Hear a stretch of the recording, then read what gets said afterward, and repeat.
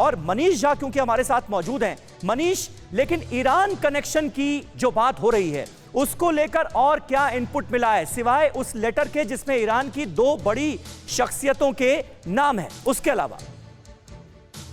देखिए, जो जांच चल रही है उसमें तो हर एंगल को तलाशा जा रहा है और अभी फिलहाल किसी को क्लीन चिट नहीं दिया गया है। हालांकि जब मैंने इजरायल एम्बेसी के एक वरिष्ठ राजनयिक से स्पेसिफिक ये सवाल पूछा था कि क्या आपको किसी देश पर या किसी संगठन पर शक है, तो उस समय उन्होंने कहा था कि इन्वेस्टिगेशन का अभी जो स्टेज है उस पर यह कहना बेहद मुश्किल है। तो अभी खुलकर इजरायल की तरफ से भी इस बार ईरान का नाम नहीं लिया जा रहा है, जो कि बहुत ही अलग है। अगर आप कंपेयर करें तो 2012 में जब एक इजरायली राजनयिक की गाड़ी पर ब्लास्ट हुआ था, तब कुछ ही घंटों के अंदर इजरायल की तरफ से ही बल्कि प्रधानमंत्री नेतन्याहू ने ही कहा था कि इसमें ईरान का हाथ है। तो ये एक अलग बात है जो 48 घंटे में अब तक कम से कम आधिकारिक तौर पर इजरायल की तरफ से भी नहीं कही जा रही है। दूसरी बात यह है कि जो जिस तरह का विस्फोटक का इस्तेमाल हुआ है, जो बात जनरल साहब भी आपको कह रहे थे कि PETN का इस्तेमाल हुआ है, अमूमन ये लश्कर, IS जैसे बड़े आतंकी संगठन इसका इस्तेमाल करते हैं। तो ऐसी स्थिति में जिस छोटे से संगठन का नाम उभर कर सामने आ रहा है, तो जांच बहुत ही पेचीदा किस्म की होती जा रही है यहाँ पर, और इसमें सभी तरह के जो एंगल है उसको तलाशे जा रहे हैं। और मोसाद की एंट्री भी सिर्फ इसलिए हो रही है क्योंकि इजराइल के दुनिया के अलग अलग जगह पर जो खतरा मंडराता रहता है इजराइल को लेकर, तो वो अपना अनुभव साझा कर सके कि इजराइल स्पेसिफिक क्या इसमें कुछ इनपुट हासिल हो सकता है। जी बिल्कुल। और लेफ्टिनेंट जनरल शंकर प्रसाद साहब, क्या इसकी वजह यह भी है क्योंकि अभी इजराइल की तरफ से ईरान को जिम्मेदार ठहराने वाले या ईरान पर शक जताने वाले बयान नहीं जारी किए गए हैं, क्या इसकी वजह यह भी है क्योंकि आज की तारीख में हमारे इजराइल से भी अच्छे संबंध हैं और ईरान से भी हमारे मैत्रीपूर्ण संबंध हैं, तो ईरान क्या इस हद तक जाएगा कि भारत में आकर इजराइल की एम्बेसी को निशाना बनाया जाए?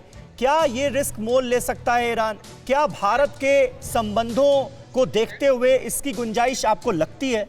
ये बड़ा सवाल है।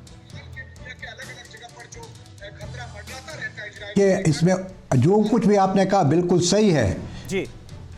जो कुछ भी आपने कहा वो बिल्कुल सही है, उसमें कोई दो राय नहीं हो सकती। लेकिन इस समय जिस तरह से इन्वेस्टिगेशन चल रही है, बड़ी प्रोफेशनल इन्वेस्टिगेशन चल रही है, जो इन्वेस्टिगेशन एजेंसीज हैं वो इस समय कोई भी चीज़ पर कोई टिप्पणी करना नहीं चाहेंगी, क्योंकि मालूम नहीं अंत में इसका क्या रिजल्ट निकलता है।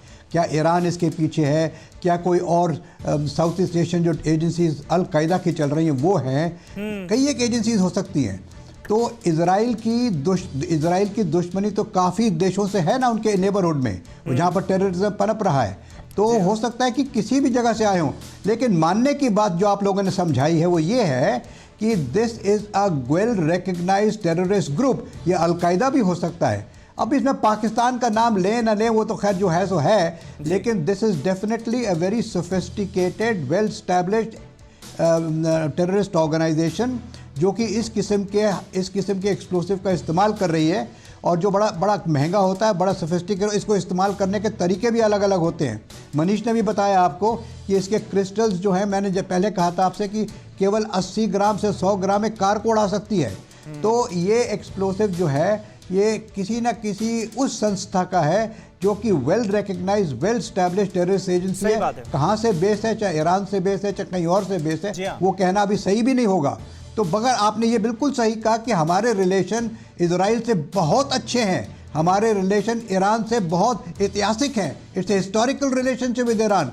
तो वो क्या करेंगे क्या नहीं करेंगे, उनके अंदर से जो पनप रहे हैं टेररिस्ट, क्या वो उनकी सरकार की बात सुनेंगे कि नहीं सुनेंगे? These are various questions which we have to hold our horses and listen. तो पहली बात इन सारी बातों की है, और यही तो काम है, यही तो चुनौती है जांच एजेंसियों के सामने आज की तारीख में कि सच का पता लगाना। अड़ी सोमवार से शुक्रवार शाम 6 बजे सिर्फ TV9 भारतवर्ष पर।